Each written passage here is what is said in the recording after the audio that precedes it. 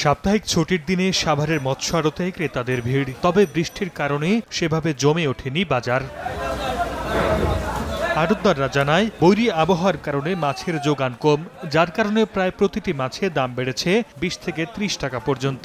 আকারভেদে ইলিশ বিক্রি হচ্ছে কেজি প্রতি 800 থেকে 2500 টাকা, পাঙ্গাস তেলাপিয়া 150, ট্যাংরা 500, শিং 380, বাগদা চিংড়ি 650, গলদা চিংড়ি 850, রুই 180 থেকে 400, কাতল 250 থেকে 600 টাকা। খুচরা ব্যবসায়ীরা বলছেন বাড়তি দরে মাছ কিনে পাড়া মহল্লায় বিক্রিতে ভোগান্তিতে পড়তে হয় তাদের। সিলভার যাচ্ছে 160, 70, 80 টাকা, রুই মাছ যাচ্ছে 320 টাকা কেজি সাইজগুলো, কাজকি যাচ্ছে 750, 850 এরকম। আবহাওয়ার কারণে মাছের যোগান কম, ক্রেতার যোগান কম। এদিকে বগুড়ার কাঁচা বাজারে বেশিরভাগ সবজির দাম কমলেও এখনো হাফ সেঞ্চুরিরও বেশি দামে বিক্রি হচ্ছে। গত সপ্তাহে 70 টাকা কেজিতে বিক্রি হওয়া বেগুনের কেজি 50 থেকে 60 টাকা। এছাড়া 10 টাকা কমে পটল 30 টাকা, করলা 80, লাউ প্রতি পিস 30 টাকায় বিক্রি হচ্ছে। তবে দাম বেড়েছে কাঁচা মরিচ ও ঢেঁড়সের।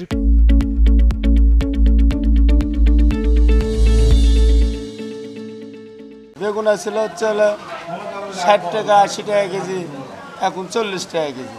কাঁকরোলা ছিল 80 টাকা কেজি, এখন 50 টাকা 60 টাকা কেজি। পটল ছিল 40, এখন 25-30। বৃষ্টিতে লোকই নেই, লোক নাই, মালের দামও কম, বেচা কেনাও খারাপ। উৎপাদনের অন্যতম শীর্ষ জেলা মুন্সিগঞ্জে আলু বিক্রি হচ্ছে কেজি প্রতি 60 টাকা দরে। পর্যাপ্ত মজুদের পরও কেন দাম চড়া প্রশ্ন ভোক্তাদের। আলু সিন্ডিকেট করে সব পলিস্টোরে নিয়ে ঢুকে থেকে বড় লোকে কিনা আলু আরো কমলে হেরাও বেচতে পারবো বেশি, আমরাও খাইতে পারবো বেশি। মুন্সিগঞ্জে যদি আপনার 60টা 70টা হয় তো সাধারণ পাবলিক কিভাবে বাঁচবো?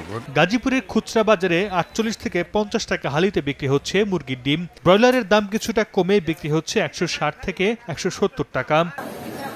দিনাজপুরে পর্যাপ্ত মজুত ও সরবরাহ থাকলেও পাইকারিতে মানভেদে প্রতি কেজিতে চালের দাম বেড়েছে 2 থেকে 3 টাকা। মিনিকেট 50 কেজির বস্তা 3200 থেকে 3300 টাকা, স্বর্ণা 2700 থেকে 2750, 29 ভ্যারাইটি 2700 থেকে 2750 টাকায় বিক্রি হচ্ছে।